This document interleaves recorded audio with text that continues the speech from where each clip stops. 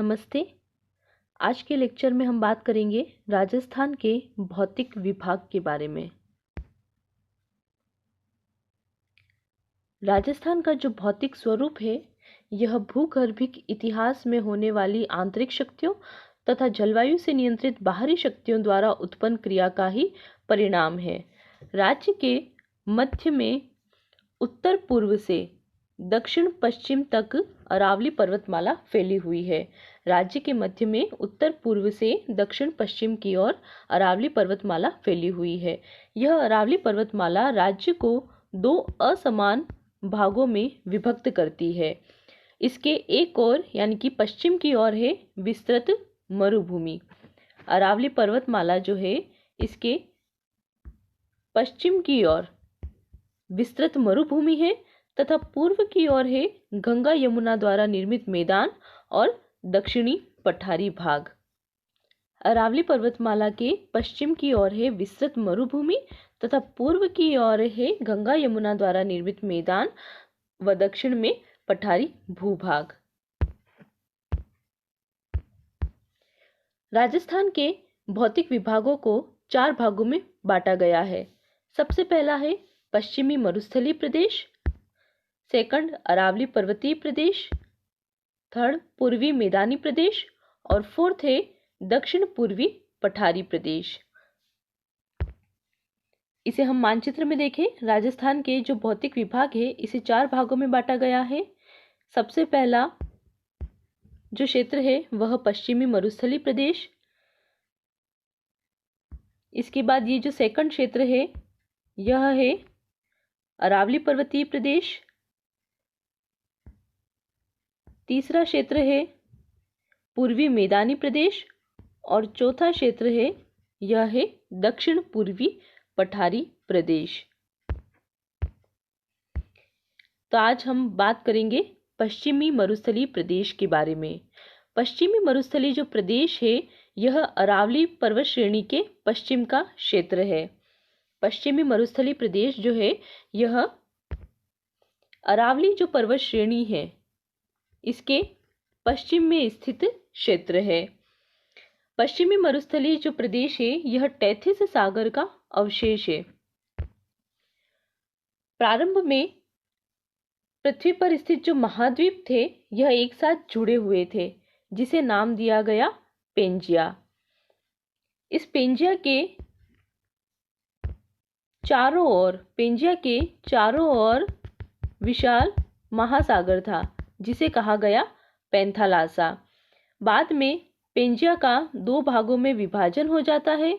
उत्तरी भाग कहलाता है अंगारा लैंड और दक्षिणी भाग कहलाता है गोंडवाना लैंड। बीच में स्थित जो भाग है वहां पर स्थिति होती है टेथिस सागर की। बाद में जो ये टेथिस सागर है इसका जल पीछे की ओर खिसकता गया। तो पश्चिमी मरुस्थलीय जो प्रदेश है यह टेथिस सागर का अवशेष है। पश्चिमी मरुस्थलीय प्रदेश जिसे कि थार का रेगिस्तान भी कहा जाता है। जो थार का रेगिस्तान है यह उत्तर पश्चिम से दक्षिण पूर्व दिशा में लगभग 640 किलोमीटर की लंबाई में विस्तृत है तथा पश्चिम से पूर्व की ओर 300 किलोमीटर की चौड़ाई में विस्तृत है। एक बार पुनः देखें हम इसे। जो थार का ये रेगिस्तान है यह उत्तर पश्चिम से दक्षिण पूर्व में लगभग 640 किलोमीटर की लंबाई में विस्तृत है तथा यह पश्चिम से पूर्व की ओर 300 किलोमीटर की चौड़ाई में विस्तृत है। इस पश्चिमी मरुस्थलीय प्रदेश का विस्तार है बाड़मेर, जैसलमेर, बीकानेर, जोधपुर, पाली, जालोर, नागौर, सीकर, चूरू, झुंझुनू, हनुमानगढ़ और गंगानगर। इन 12 जिलों में इस पश्चिमी मरुस्थलीय प्रदेश का विस्तार है। इसे हम मानचित्र में देखते हैं। जो ये पश्चिमी मरुस्थलीय प्रदेश है इसका विस्तार है गंगानगर, हनुमानगढ़, बीकानेर, जैसलमेर, बाड़मेर, जोधपुर, जालोर, पाली, नागौर, सीकर, झुंझुनू और चूरू। तो इन 12 जिलों में पश्चिमी मरुस्थलीय प्रदेश का विस्तार है।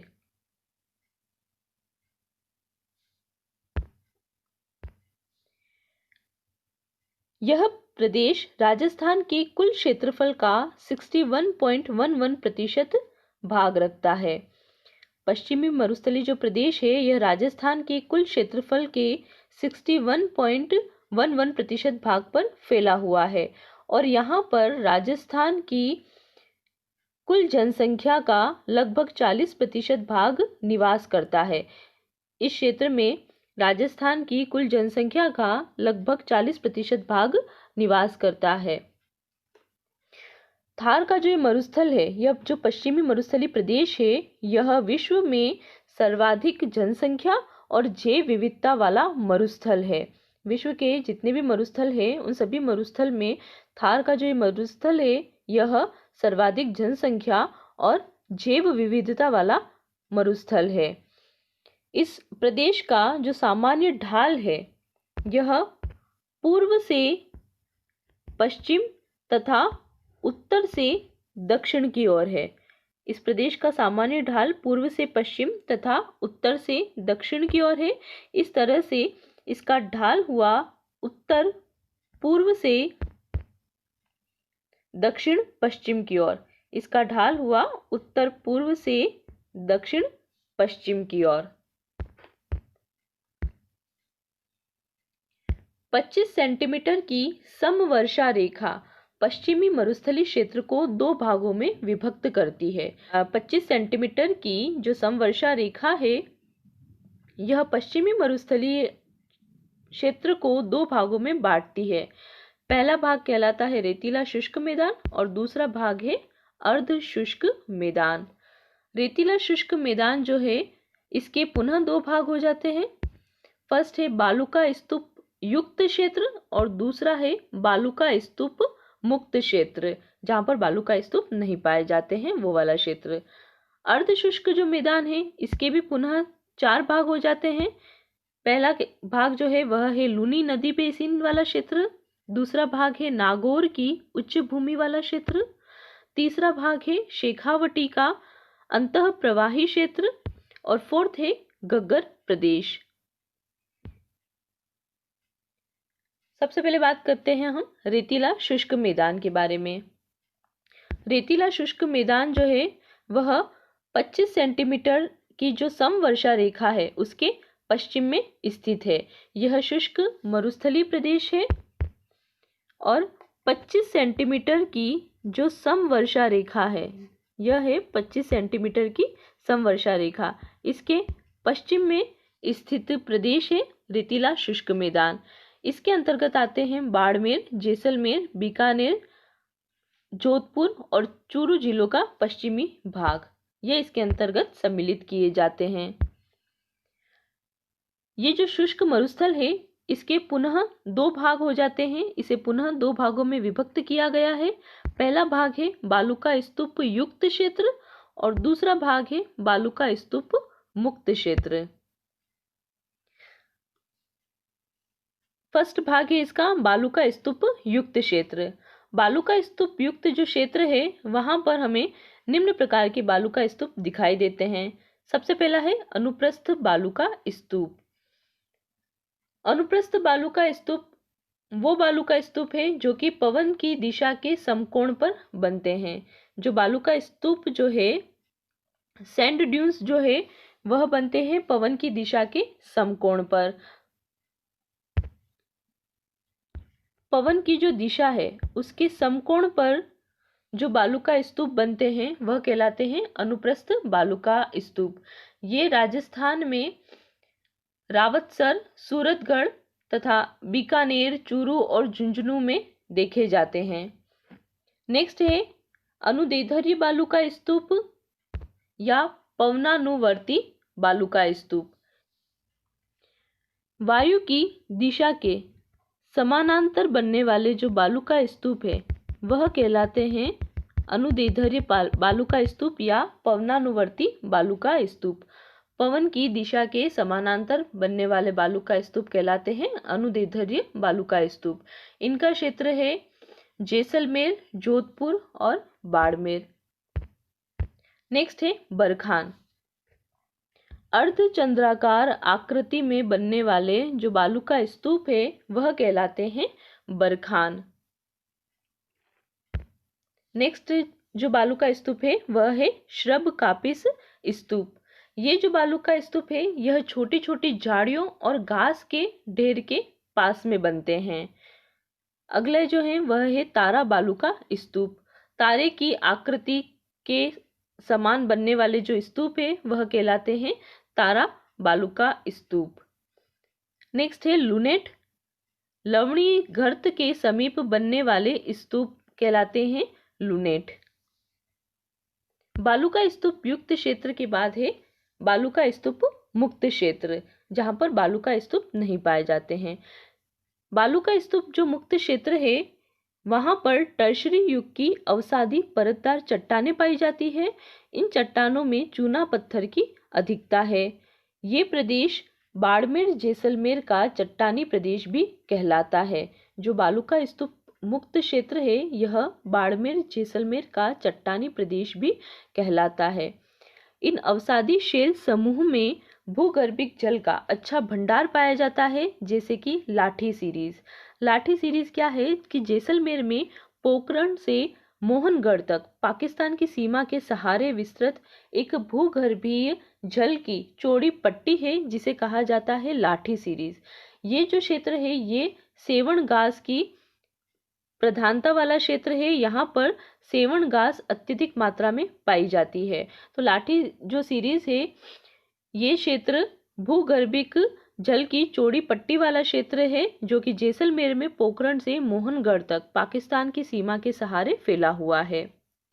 इन अवसादी शेल समूह में भूगर्भिक जल का भंडार तो है ही, तथा साथ ही यहाँ पर जीवों और वनस्पतियों के अवशेष भी मिलते हैं।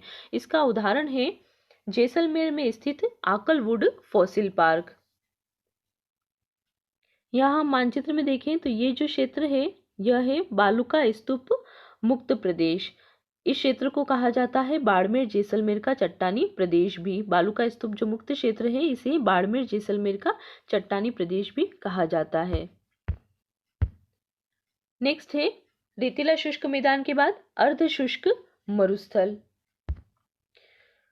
अर्ध शुष्क जो मरुस्थल है इसके पूर्व की ओर 50 सेंटीमीटर की समवर्षा रेखा है, तथा इसके पश्चिम की ओर जो सीमा बनती है वह 25 सेंटीमीटर की समवर्षा रेखा द्वारा बनती है। जो अर्ध शुष्क मरुस्थल है इसके पूर्व की ओर सीमा बनाई जाती है 50 सेंटीमीटर की समवर्षा रेखा द्वारा, और इसकी पश्चिम की ओर सीमा बनती है 25 सेंटीमीटर की समवर्षा रेखा द्वारा। तो इस भाग में 25 सेंटीमीटर से 50 सेंटीमीटर तक वर्षा होती है अर्धशुष्क मरुस्थली वाले क्षेत्र में। अर्धशुष्क मरुस्थल को पुनः 4 भागों में विभक्त किया गया है। First Luni basin, second Nagaur की उच्च भूमि, थर्ड शेखावटी का अंतः प्रवाही क्षेत्र, और फोर्थ गग्गर प्रदेश। मानचित्र में देखें हम इसे। अर्धशुष्क मरुस्थल के 4 भाग किए गए हैं। फर्स्ट है लूनी बेसिन जिसे गोडवार प्रदेश भी कहते हैं, सेकंड है नागौर की उच्च भूमि, थर्ड है शेखावटी प्रदेश, शेखावटी का अंतः प्रवाही प्रदेश, और फोर्थ है गग्गर मैदान।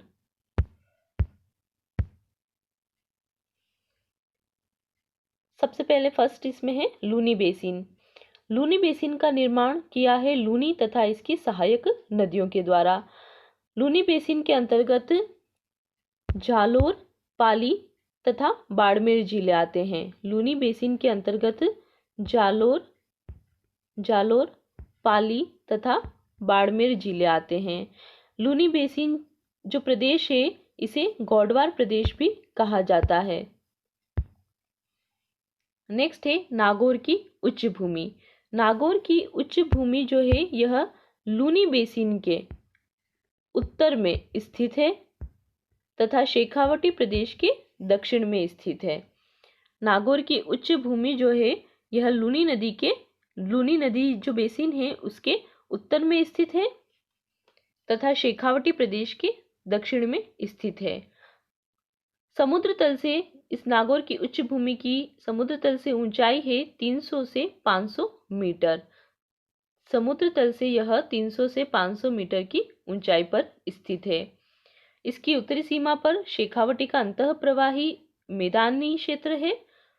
नागौर की जो उच्च भूमि है यह ऊंचे नीचे धरातल तथा नमक युक्त झीलों के कारण विशिष्ट स्थान रखती है। राज्य की अधिकांश खारे पानी की जो झीलें हैं यह इस नागौर की उच्च भूमि वाले क्षेत्र में ही है। यह प्रदेश बंजर और रेतीला है क्योंकि यहाँ पर मिट्टी में सोडियम क्लोराइड पाया जाता है। जो नागौर की उच्च भूमि है यहाँ पर मिट्टी में सोडियम क्लोराइड पाया जाता है।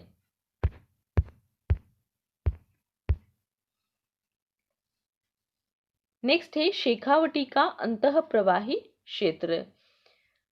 इस प्रदेश को बांगड़ प्रदेश के नाम से भी जाना जाता है। शेखावटी प्रदेश का विस्तार है झुंझुनू, सीकर, चूरू तथा नागौर जिले के उत्तरी भाग में। शेखावटी प्रदेश का विस्तार है झुंझुनू, सीकर, चूरू तथा नागौर जिले के उत्तरी भाग में। यह जो प्रदेश है यह आंतरिक प्रवाह का क्षेत्र है। जो शेखावटी का अंतःप्रवाही क्षेत्र है, शेखावटी जो प्रदेश है यह आंतरिक प्रवाह का क्षेत्र है। यहाँ पर छोटी छोटी अंतः प्रवाहित धाराएं हैं या अंतः प्रवाहित नदियां हैं जो कि कुछ दूरी तक बह करके विलुप्त हो जाती है या फिर किसी झील में जाकर के गिर जाती है। इनमें प्रमुख जो नदी है वह है मेघा और रूपनगढ़। कांथली नदी भी यहाँ की प्रमुख नदी है। अब क्योंकि ये जो क्षेत्र है यह आंतरिक प्रवाह का क्षेत्र है, इस कारण से इस क्षेत्र में कच्चे और पक्के कुओं का निर्माण किया जाता है जल की प्राप्ति के लिए। इन कच्चे और पक्के कुओं को कहा जाता है जोहड़ या नाड़ा या कुआं के नाम से इन्हें जाना जाता है।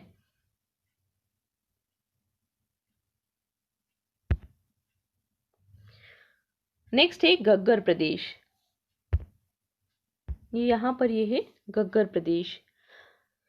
गंगानगर और हनुमानगढ़ झीलों के मैदानी क्षेत्र का निर्माण हुआ है घग्गर के प्रवाह क्षेत्र के बाढ़ के द्वारा।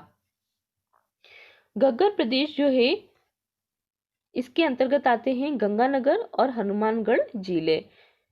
तो गंगानगर और हनुमानगढ़ जो झीलें हैं इनके मैदानी क्षेत्र का निर्माण हुआ है घग्गर के प्रवाह क्षेत्र की बाढ़ से।